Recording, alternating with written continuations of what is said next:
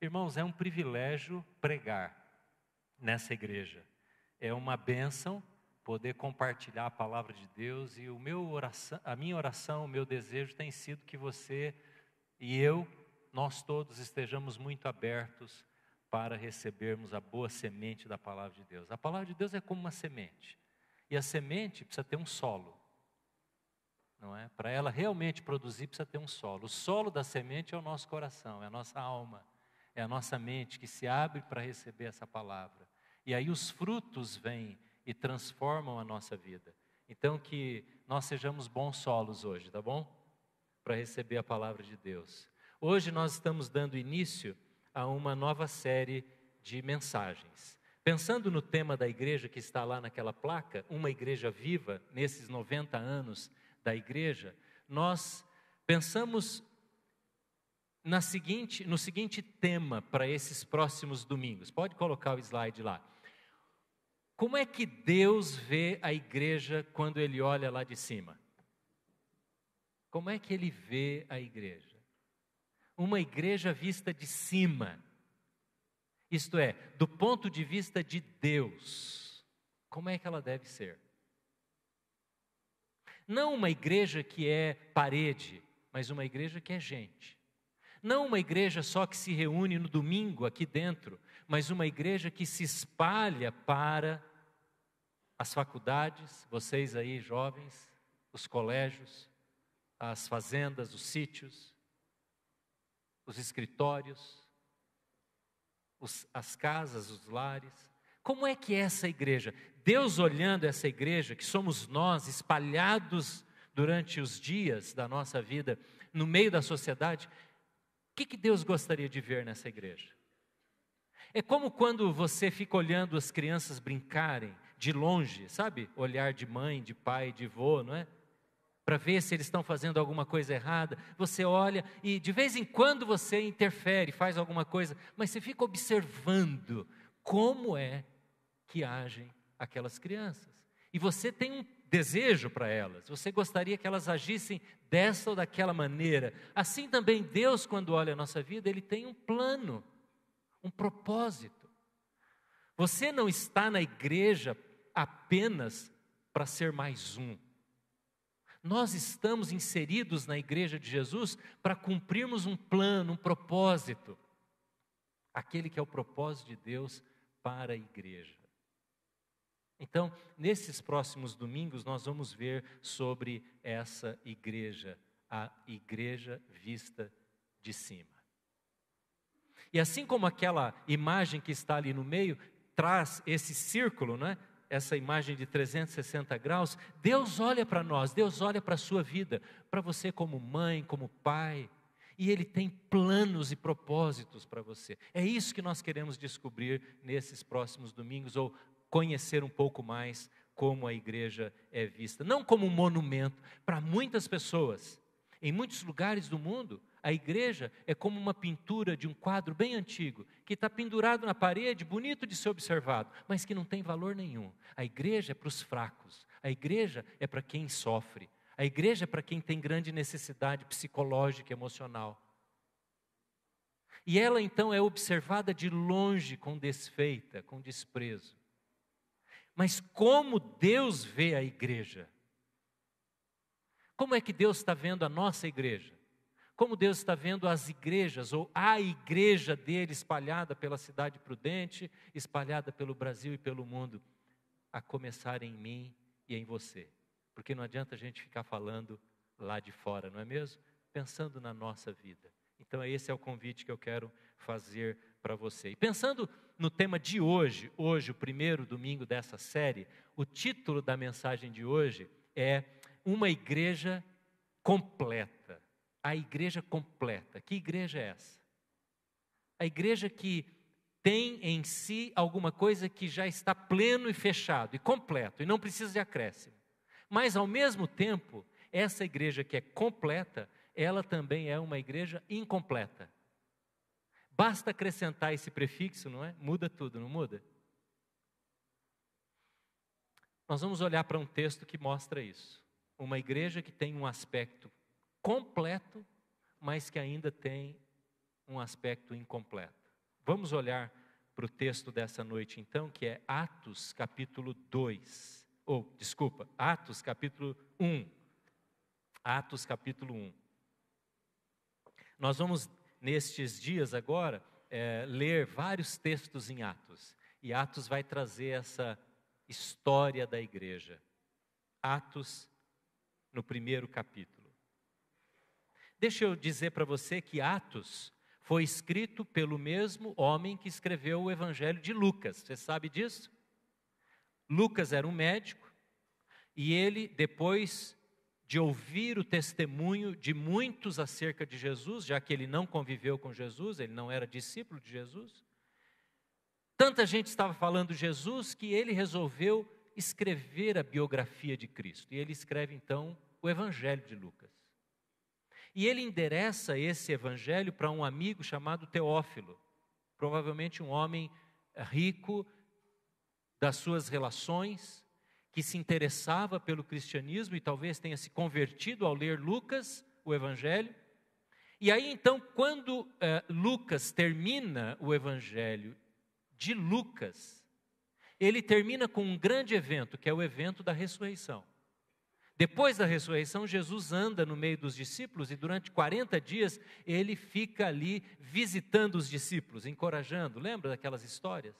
Que ele aparecia, desaparecia. Termina o evangelho desta maneira. Depois de alguns anos, talvez 30 anos, Lucas senta de novo e fala: eu preciso escrever novamente. Eu vou escrever agora não mais sobre Jesus, mas sobre a igreja de Jesus. E ele escreve o livro de Atos. E ele começa onde ele havia parado, na morte, ressurreição e na ascensão de Jesus. E aí ele vai descrever a história da igreja. O livro de Atos, ele não tem fim, porque a história da igreja não tem fim, naturalmente nós estamos dentro dela até hoje. E o capítulo 28 de Atos, que é o último capítulo, é como se um fim sem terminar. É como que uma ruptura da história. Ele para de escrever, porque é aquele momento que ele estava vivendo como escritor.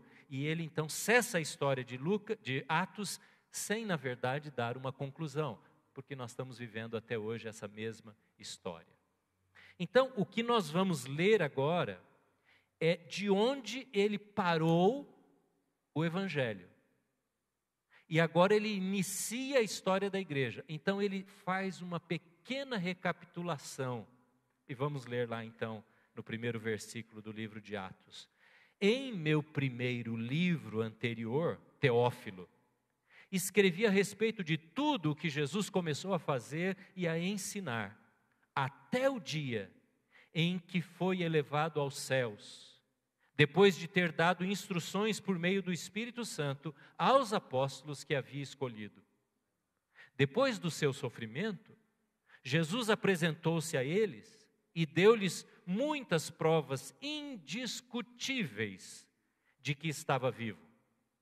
Apareceu-lhes por um período de 40 dias, falando-lhes acerca do reino de Deus. Certa ocasião, enquanto comia com eles, deu-lhes esta ordem: não saiam de Jerusalém, mas esperem pela promessa de meu Pai, da qual lhes falei, pois João batizou com água, mas dentro de poucos dias vocês serão batizados com o Espírito Santo. Então os que estavam reunidos lhe perguntaram: Senhor, é neste tempo que vais restaurar o reino a Israel? Ele lhes respondeu: não lhes compete saber os tempos ou as datas que o Pai estabeleceu pela sua própria autoridade. Mas receberão poder quando o Espírito Santo descer sobre vocês, e serão minhas testemunhas em Jerusalém, em toda a Judéia e Samaria e até os confins da terra. Tendo dito isto, foi elevado às alturas, enquanto eles olhavam, e uma nuvem o cobriu da vista deles. E eles ficaram com os olhos fixos no céu, enquanto ele subia. De repente, surgiram diante deles 2 homens vestidos de branco, que lhe disseram: Galileus, por que vocês estão olhando para o céu? Este mesmo Jesus que dentre vocês foi elevado aos céus, voltará da mesma forma como o viram subir. Deus abençoe a sua palavra lida nesta hora, amém? Lucas está iniciando um tratado histórico ou um relato histórico sobre a igreja. E antes dele descrever o grande evento no capítulo 2, o grande evento, o dia de Pentecostes, que depois nós vamos olhar para ele outro dia. Antes dele falar daquele que foi o dia do nascimento, o dia, vamos dizer assim, do parto, se podemos fazer essa analogia, da igreja, ele trata de um preâmbulo, ele faz uma introdução. E nessa introdução, ele traz um assunto que para a igreja já é completo. E ele traz outro que é bem incompleto. Para começar a descrever a igreja, que vai ser o alvo durante esses 28 capítulos do livro de Lucas. Essa igreja que é completa numa perspectiva, mas que ainda tem tanto para ser completada, porque ela é muito incompleta num outro aspecto. Eu estava pensando numa maneira de mostrar isso com facilidade, com clareza e simplicidade. Quando a gente faz casamento, o noivo fica aqui, esperando a noiva chegar. E os pastores ficam ali. E a gente tem o privilégio de ser os primeiros a ver a noiva. Às vezes, até antes da porta abrir, já dá para vê-la através dos vidros ali da porta. Antes dos convidados ficarem de pé para enxergar aquela linda mulher ou noiva que está chegando, adornada, preparada para o encontro com o noivo. Esta moça, esta mulher que está chegando para o casamento e esse moço que está aqui à espera dela, estão agora, a partir daquele momento, completos. Nós temos alguns jovens que estão se casando aí mês passado, esse mês. E eles têm todo o potencial, estão completos agora para iniciar uma família, para começar um lar. Essa moça está agora pronta, completa para ser mãe, para cuidar de um lar, de uma casa, para abençoar o seu marido. E ele a mesma coisa, para ser um pai, não é? Para cuidar do seu lar, para governar a sua casa, para ser um homem de Deus dentro do seu lar. Mas às vezes a gente, quando faz casamento, olha para o casal e fala, coitadinhos. A gente não fala, né, na verdade. A gente só pensa isso. Coitadinhos. Eles não sabem de nada ainda. Eles não sabem o que os espera nos próximos meses e anos. Eles não sabem como de fato é ter um bebê em casa. Eles não sabem como é diferente viver um conflito no casamento e viver uma briga no namoro. Eles não sabem. Num certo sentido, eles estão completos, porque ali eles se estabelecem como um lar. Mas eles estão ainda tão crus, não é? Não é assim que a gente pensa dos recém-casados?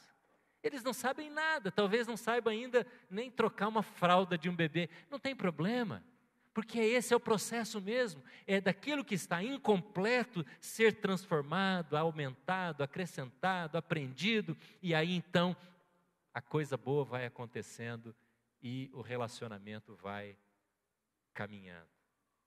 Ou é como você ir numa casa. Você já foi na casa de alguém que terminou, faz um mês que ele terminou a casa. Fez uma reforma ou construiu. E aí você vai lá visitar, não é? E você olha e fala, nossa, sua casa ficou muito boa. O que a pessoa fala? Ih, você não sabe quanta coisa falta ainda. Não é assim? Porque o dinheiro acaba antes, né? Falta lustre, falta armário, falta guarda-roupa, e aí a pessoa faz uma lista. Para você aquilo está completo, está pronto, está uma maravilha, mas para a pessoa ainda falta muito. O que nós temos nesse texto é uma descrição de uma igreja que recebeu uma mensagem completa da parte de Deus.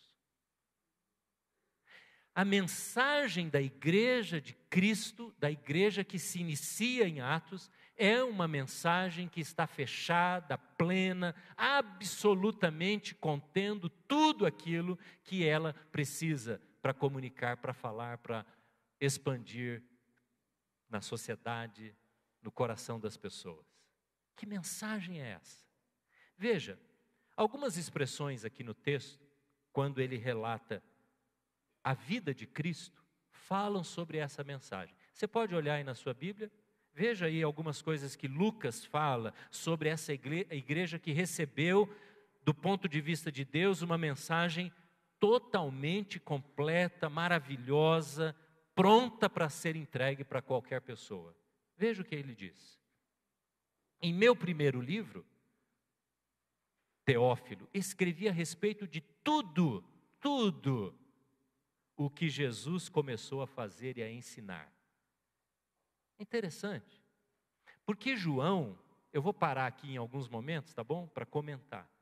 João, quando ele escreve o Evangelho, lá no finalzinho, nessa página anterior aqui, eu estou lendo aqui nessa página aqui, mas não precisa ler agora. Ele diz assim: Jesus fez, na verdade, muitos outros milagres que não estão escritos neste livro. Estes que estão aqui, porém, foram registrados para que nós creiamos que Ele é o Filho de Deus. Veja, Jesus fez muitos milagres que nós não conhecemos.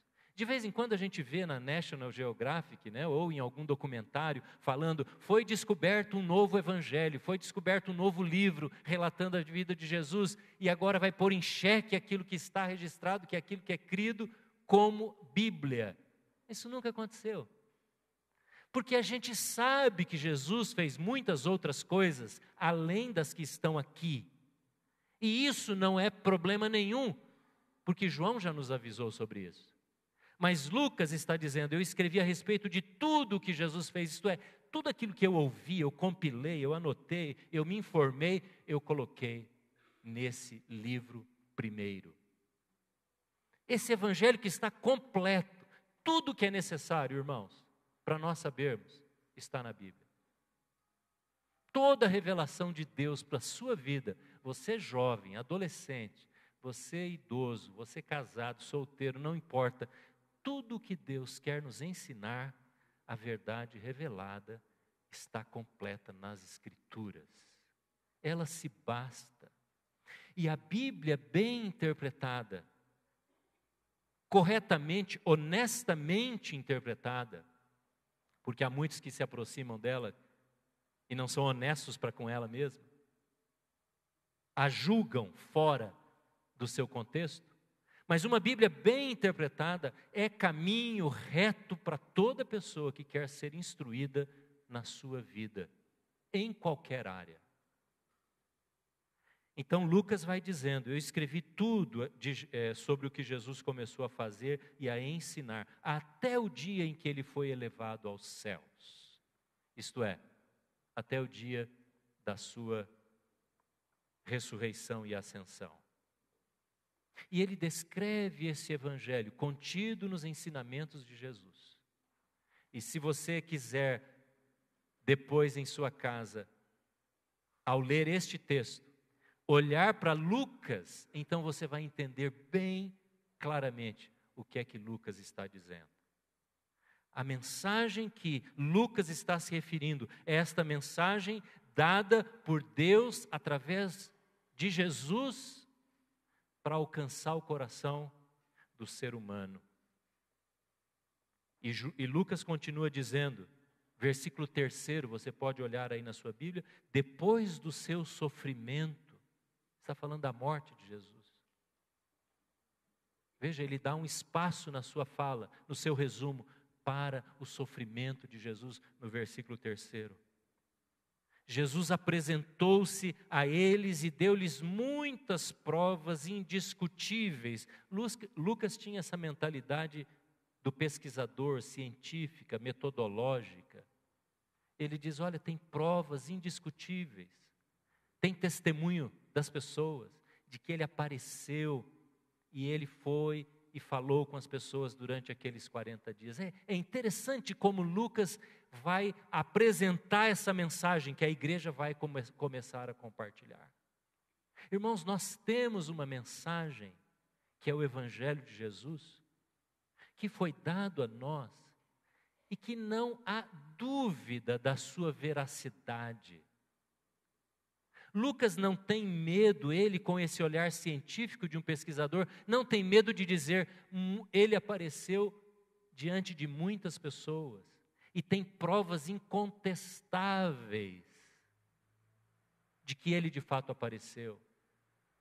Ele está dizendo, há uma mensagem que é infalível, que é digna de confiança, que é o Evangelho de Jesus, que cura, que salva, que liberta, que transforma, que abençoa, que orienta qualquer que quer ouvi-lo. Esta é a mensagem que nós temos na mão. Lucas está dizendo no preâmbulo do seu livro que a igreja que daqui para frente vai ser descrita, ela tem um conteúdo. E esse conteúdo é o Evangelho. É o Evangelho. Nós não estamos aqui para falar de autoajuda, para falar de valores humanos.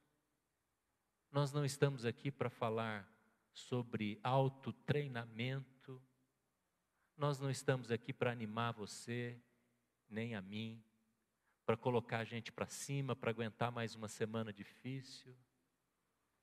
Se isso acontece, são como que elementos secundários que vão acontecer na nossa vida, que a gente sai daqui mesmo empolgado com Deus, animado, com fé, confiantes. Mas nós estamos aqui para falar da santa, pura e antiga mensagem do Evangelho. Eu estou dizendo isso porque a igreja no nosso país tem sido bombardeada com ensinamentos que beiram muito mais uma autoajuda e colocar as pessoas para cima, animar o povo, empolgar as pessoas,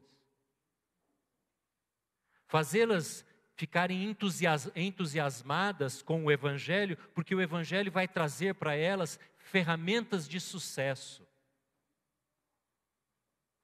A gente ouve, irmãos, algumas propostas de mensagens, de livros, como que agora você vai ouvir a nova revelação, o segredo de uma vida, sabe esse tipo de linguagem? Essa é a revelação que o profeta recebeu nos últimos tempos. Irmãos, preste atenção. Julgue estas palavras, porque muitas delas saem, se desviam, se afastam do Evangelho. É para empolgar a multidão. Talvez é para vender livros, é para juntar pessoas. A grande revelação já foi dada e está escrita na palavra. E ao invés de tentarmos empolgar e animar as pessoas, a palavra de Deus nos ensina a renúncia, a obediência, a submissão, a cruz, a morte para o nosso eu. Esse é o Evangelho. É isso que Lucas está dizendo que Jesus veio trazer. E lembrando de outros versículos da Bíblia, quando diz o Evangelho, Paulo diz, é o poder de Deus. O poder de Deus para a salvação de todo aquele que crê. Essa é a mensagem que nós pregamos. É essa antiga história. Irmãos, nós sentamos aqui, e vocês são tão bondosos e tão pacientes, né? Nós sentamos aqui, nos reunimos aqui para ouvir todo domingo a mesma coisa. Não é assim mesmo? Nós ouvimos a mesma palavra. Cristo morreu por nós, sendo nós ainda pecadores. Esta é a mensagem da igreja. Essa é a mensagem que nós falamos para todo mundo. E desde sempre. Porque esta é a mensagem que Jesus veio trazer para ser comunicada. Porque Deus amou o mundo de tal maneira, essa é a antiga mensagem, como diz aquele hino antigo que alguns aqui conhecem: conta-me a velha história de Cristo Salvador.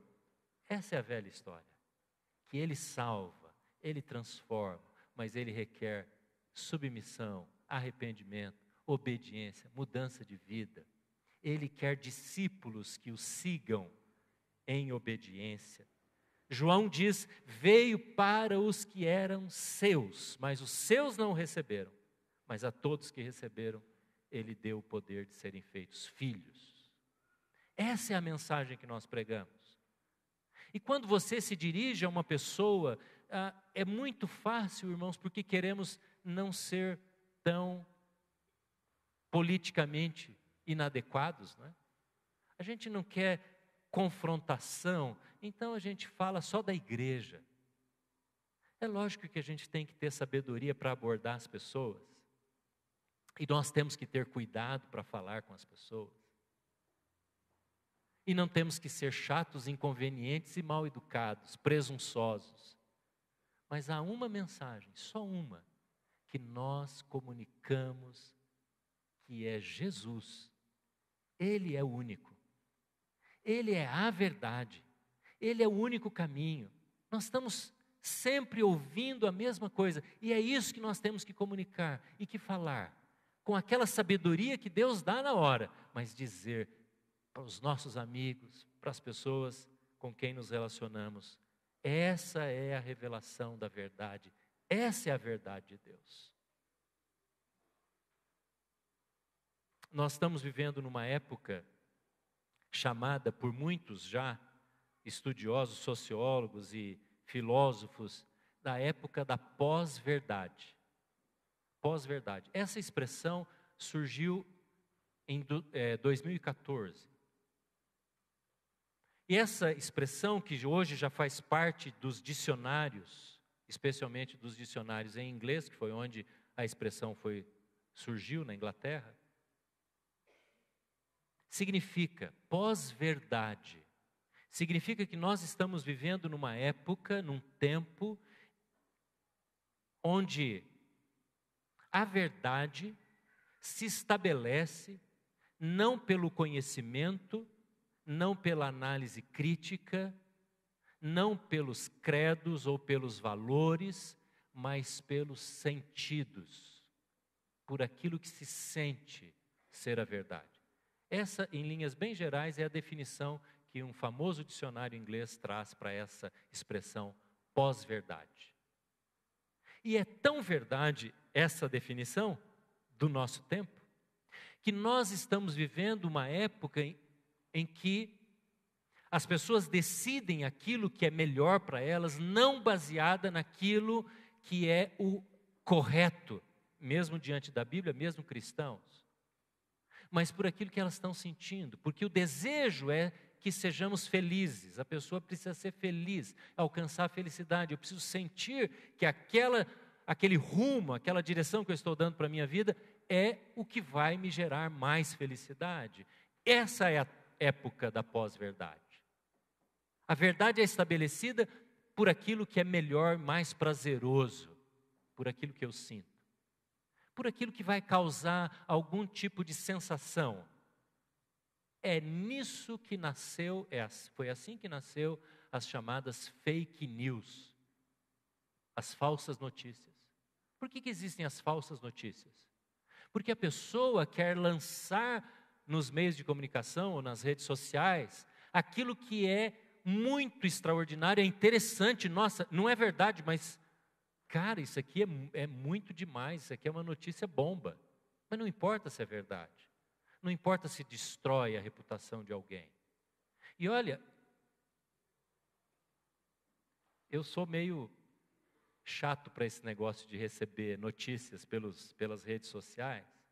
Quando surge um negócio, eu recebo um negócio assim meio estranho, tem alguns sites que ajudam a gente. Eu vou lá pesquisar para ver se aquela notícia é verdade ou é falsa. E eu gasto ali um minutinho para saber. E quando ela é falsa, eu volto a notícia. Esses dias eu fiz isso com um primo meu, ele passou uma notícia, e aí eu fui pesquisar, e era uma notícia falsa, uma fake news. E aí eu mandei para ele, e mandei o link para ele ver que aquilo era um boato, era falsa a notícia. Ele falou, olha, desculpa, mas a notícia é forte, hein? Quase que eu viajo para encontrar com ele para falar, o que é isso, cara? Como pode? Notícia é forte, e foi o que ele me disse. Esse é o tempo da pós-verdade. Porque gera um negócio, gera uma sensação, gera o poder de ter uma informação, de querer ser o primeiro a passar a informação pela rede social. E a gente, então, quando encontra alguém numa situação qualquer que precisa ouvir uma coisa, a gente pega um versículo da Bíblia, tira ele do contexto, arranca ele daqui e manda esse versículo, que às vezes não está dizendo aquilo que nós estamos dizendo que ele está dizendo. Mas porque é bom pegar um versículo e dar resposta para alguém que está precisando ouvir alguma coisa. Mas às vezes o versículo é tirado totalmente fora do ensinamento, da verdade do Evangelho. Os irmãos compreendem? Como é sério lidarmos com o Evangelho, com a verdade, porque ela nos confronta, ela nos fala a verdade e ela nos põe na parede. É certo que ela nos restaura, ela nos consola, essa verdade também nos anima, mas muitas vezes ela nos põe para decidir sobre a nossa vida. Essa é a igreja completa. Essa é a mensagem que nós temos nas nossas mãos. E nós não precisamos andar atrás de novas revelações. Viu, irmãos? E aqui a gente pode falar abertamente porque somos igreja. E vocês estão aqui porque confiam na ministração e no ensino que parte desse púlpito, pelos pastores da igreja, pelo conselho. Cuidado com revelações do Evangelho, de profecias, porque isso, às vezes, leva as pessoas a confiarem mais nas revelações e nas pessoas do que dobrarem os seus joelhos diante da verdade do Evangelho e se curvarem diante de Cristo. Não é assim mesmo? Eu já vivi isso na minha vida. Quando eu era saindo da adolescência, também fui envolvido, fui seduzido por profecias, por profetas, por profetisas. Mas naquele tempo de maturidade espiritual, não era tão importante para mim, como um adolescente, ouvir o Evangelho, mas era mais entusiasmador ouvir as pessoas darem as suas revelações. Parece que temos coceira nos ouvidos e queremos ouvir alguma coisa nova. Quando surge um pregador novo, e aqui não tem nenhum ciúme não, viu? Quando surge um pregador novo, uma mensagem nova por aí, falando os mistérios de uma vida de sucesso, os segredos de uma vida vitoriosa, todo mundo começa a olhar para aquilo e beber daquela água, e às vezes é humanismo, é antropocentrismo, é homem no centro e Cristo deixado de lado. Isso é verdade. Então, quando o Evangelho sai de centro na nossa vida e o olhar para a palavra de Deus e para a obediência a Cristo, nós nos interessamos por colocarmos a nós mesmos no centro. E a nossa fé, a busca da palavra de Deus, a busca da oração passa a ser uma ferramenta para alcançar alguma coisa, para alcançar uma resposta e não para nos submetermos a Cristo. Que triste. Quando a igreja se utiliza do Evangelho para se beneficiar das bênçãos de Deus. Deus é abençoador e Deus é abundante na sua misericórdia. E Ele nos trata com amor, com misericórdia e compaixão. E Ele dá muito mais do que nós, sem dúvida, merecemos. Mas, primeiro, a busca do reino de Deus, dos valores do Evangelho e da submissão ao Senhor Jesus. Eu ouso dizer, você e eu não precisamos sentir a presença de Deus para dizer que Ele está conosco.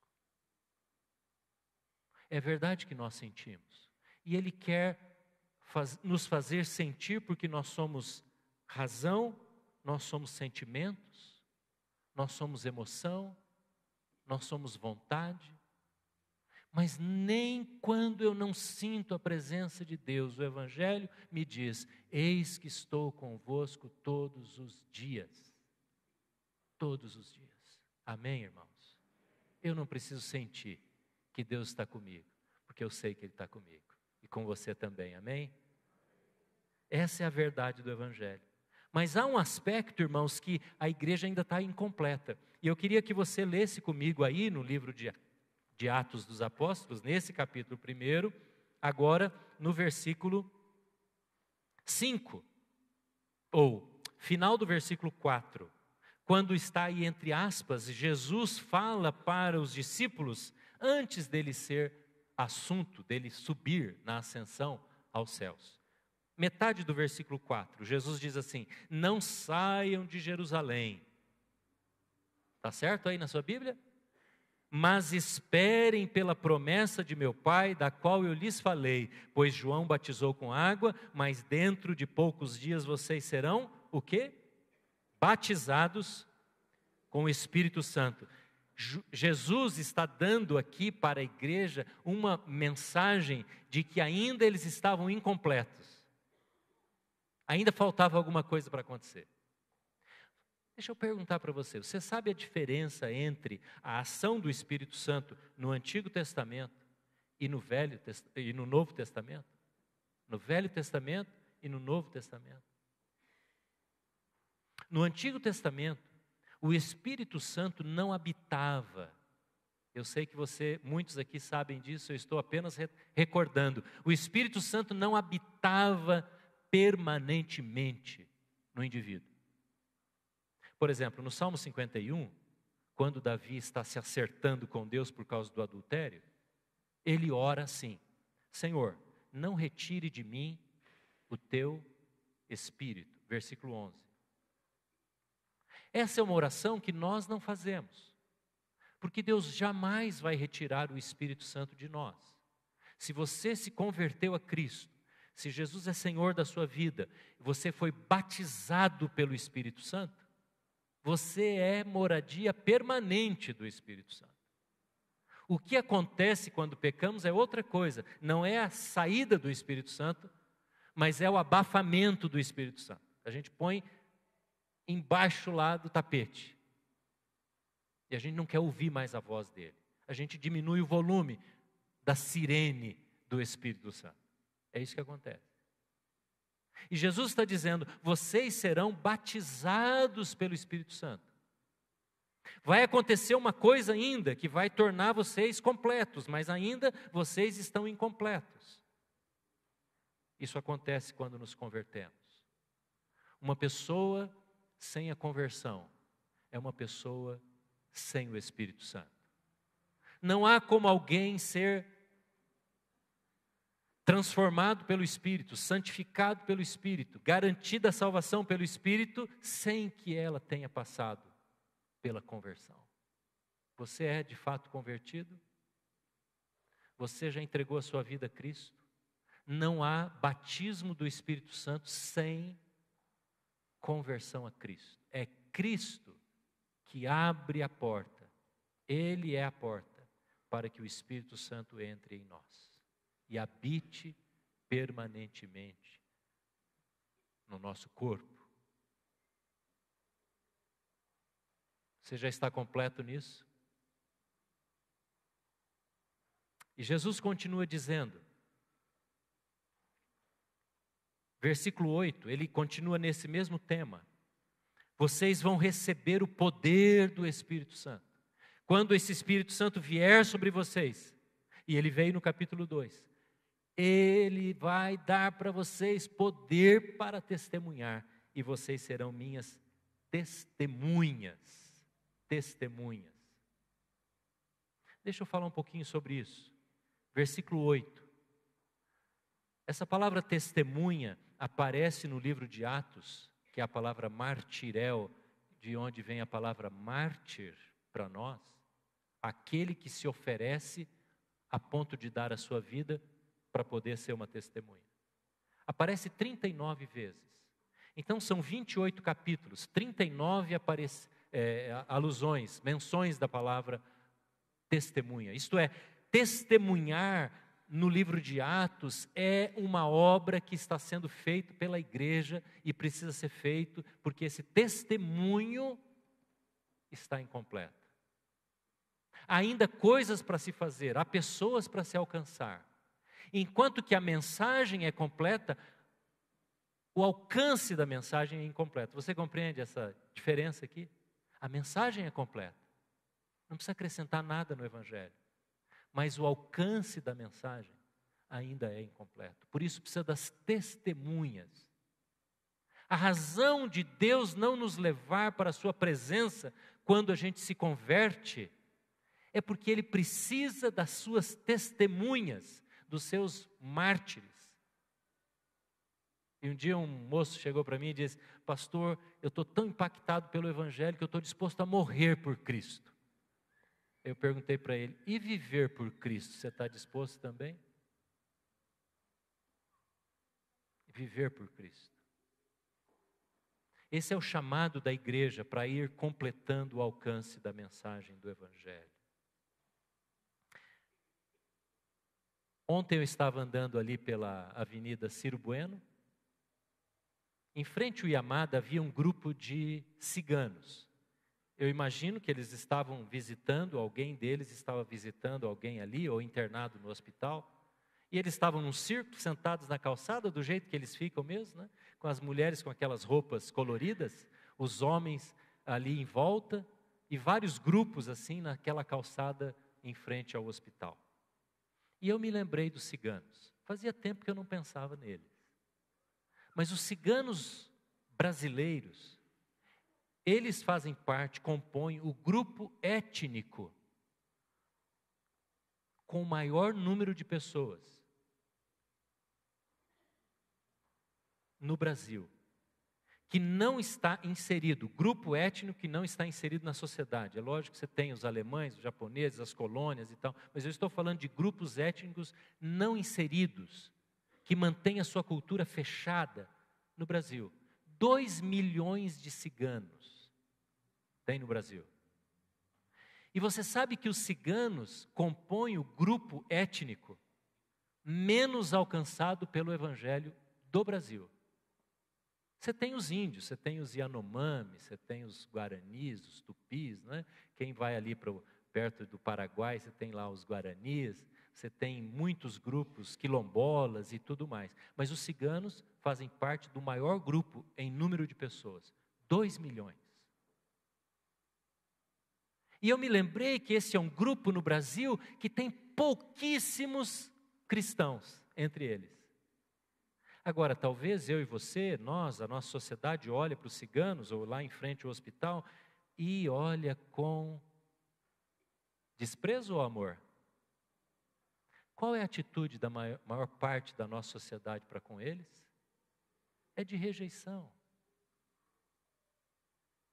Eu conheço alguns ciganos, eu conheço um pastor cigano lá em Santa Fé do Sul. Ele é pastor, é cigano, tem aquele dente de ouro, não é? Prega o Evangelho da Assembleia de Deus. Mas a nossa tendência, irmãos, é olhar para esses grupos não alcançados ou para as pessoas que estão envolvidas numa vida bem afastadas de Deus, é olhar e rejeitar, é olhar e colocar para longe de nós, segregar, Rejeitar. Talvez para você fazer um trabalho voluntário, uma viagem missionária para trabalhar com indígenas, ou com ciganos, ou qualquer outro grupo, seja uma perda de tempo. Atos nasceu para perder esse tempo. A igreja nasceu em Atos para perder, entre aspas, esse tempo. Isto é, ser esse instrumento de Deus para alcançar as pessoas, para alcançar com a mensagem do Evangelho. E nós precisamos transformar a nossa mente. Se você tem preconceito, você precisa mudar a sua cabeça. Deixar que o Espírito de Deus arranque isso de você. Talvez você tenha preconceito com grupos da sociedade, que são marginalizados, e que o comportamento ético é indesejável, é ruim mesmo. Mas eles são alvo do amor de Deus. Não o seu comportamento, mas o coração de cada pessoa. Você compreende isso? Essa é a igreja que tem uma tarefa incompleta e precisa ser feita. Irmãos, é fácil a gente pensar em missões quando tem alguém fazendo lá longe, não é? Quando a gente fala em missões, a gente pensa lá na Maria, lá na Índia, ou em algum outro lugar distante por aí. Quando a gente pensa em evangelização, a gente pensa em alguém que vai fazer isso para nós. E a gente contribui, né, dá uma oferta. Mas o que Atos está nos dizendo é que nós somos as testemunhas. E eu queria pedir para você trazer a sua memória agora. E daqui a pouco nós vamos orar. Queria que você trouxesse à memória uma pessoa, uma família do seu relacionamento, que precisa dessa mensagem, desse evangelho, que cura e transforma e muda vidas. Interessante que Jesus fala aqui sobre 3 regiões: Jerusalém, no versículo 8 ainda, Jerusalém, Judeia, Samaria, confins da terra. 4 etapas.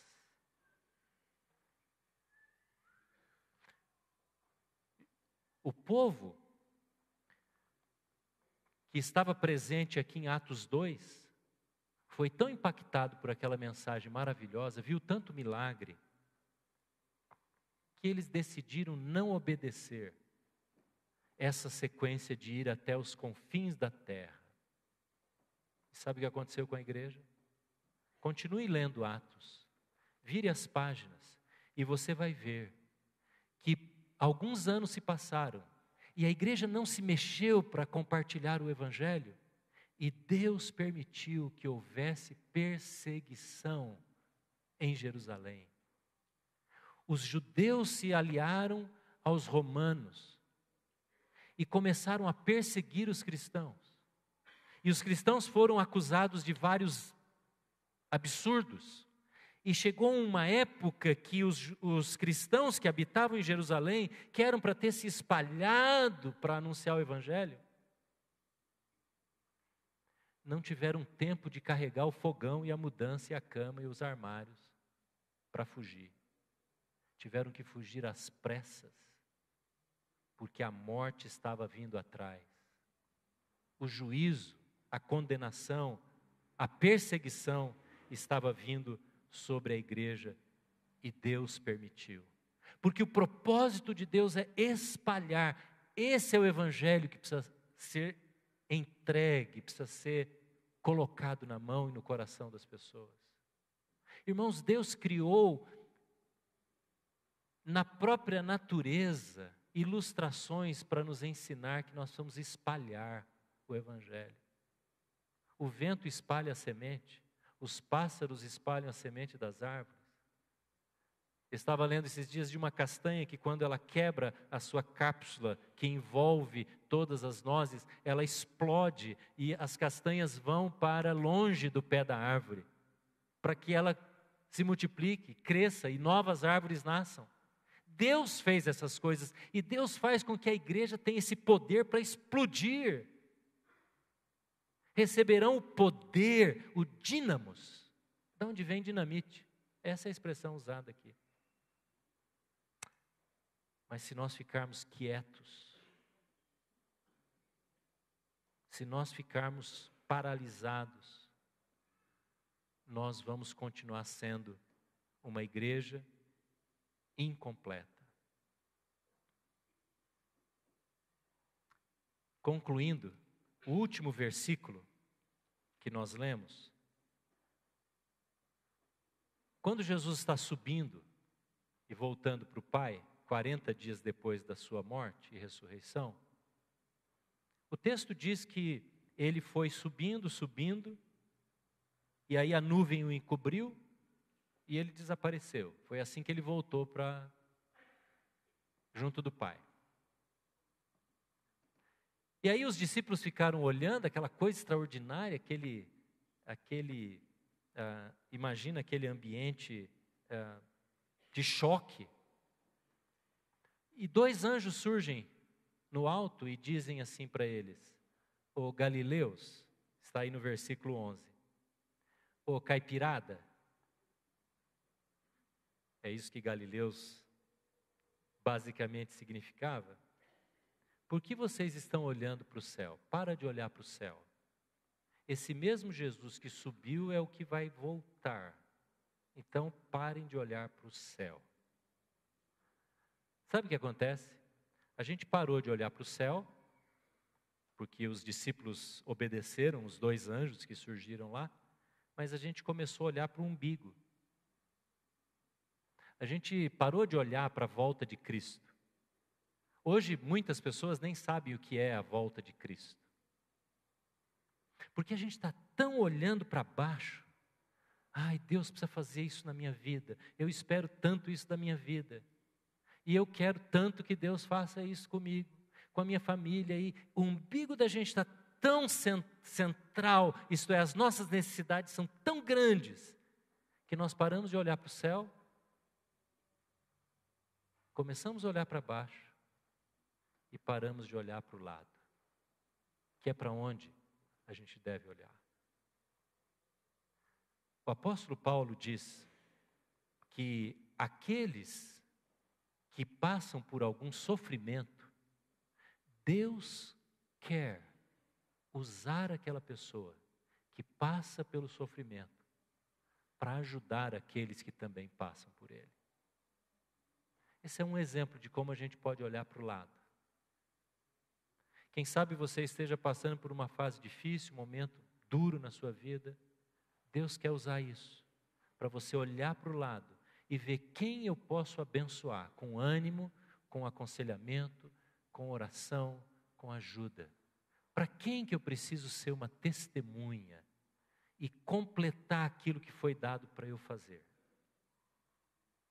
Ou a gente lê a Bíblia porque a gente quer que tudo na nossa vida vá bem. E a gente olha para o nosso umbigo, para as nossas necessidades. Quando que Deus está querendo nos capacitar para a gente pegar o que nós aprendemos para olhar para o lado. E assim por diante. Se Deus dá uma bênção para mim e para você, pode ser um trabalho, uma casa, dinheiro, saúde, relacionamento, família, filhos. É tudo para a gente olhar para o lado. Para a gente ser usado por Ele. Será que compreendemos isso? Será que estamos desejosos de sermos usados por isso? O anjo disse: parem de olhar para cima. Mãos à obra, gente. Vamos lá, vamos ser testemunha. Como que você e eu fiz essa pergunta para mim várias vezes essa semana. Como é que nós podemos ser testemunhas? A igreja vista de cima não é só a igreja que está aqui, irmãos. Isso aqui é só um pedaço.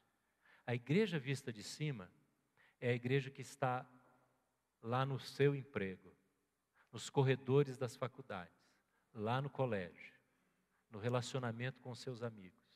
É a igreja que mexe nas redes sociais, no WhatsApp da vida. É a igreja que emprega e a igreja que é empregada, nos escritórios, nas fábricas, em todo lugar. É a igreja que está nas repartições públicas. É a igreja que está no comércio. É a igreja do empreendedor. Essa é a igreja que Deus olha e diz: eu quero usar você lá. Toma o que você tem nas mãos.